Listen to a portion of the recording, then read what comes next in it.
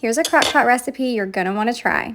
First, dump 1 jar of marinara sauce and 1 jar of Alfredo sauce into your Crockpot. I'm using jarred sauces just to make it easy, but feel free to make your own from scratch.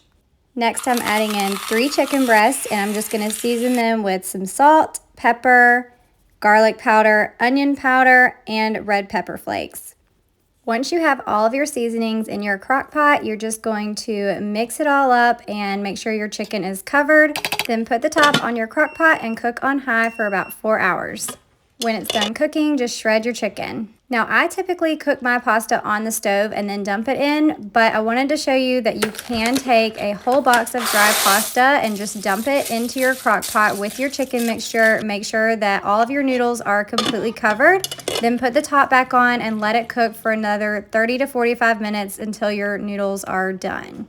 Next, I'm adding on some mozzarella cheese on top, and then I'm just gonna put the top back on until the cheese is melted and it's all ready to serve. This meal makes a ton of food, so if you have a big family, it's perfect for you, or if you like leftovers, this heats up perfectly. Be sure to save the recipe and let me know if you try it.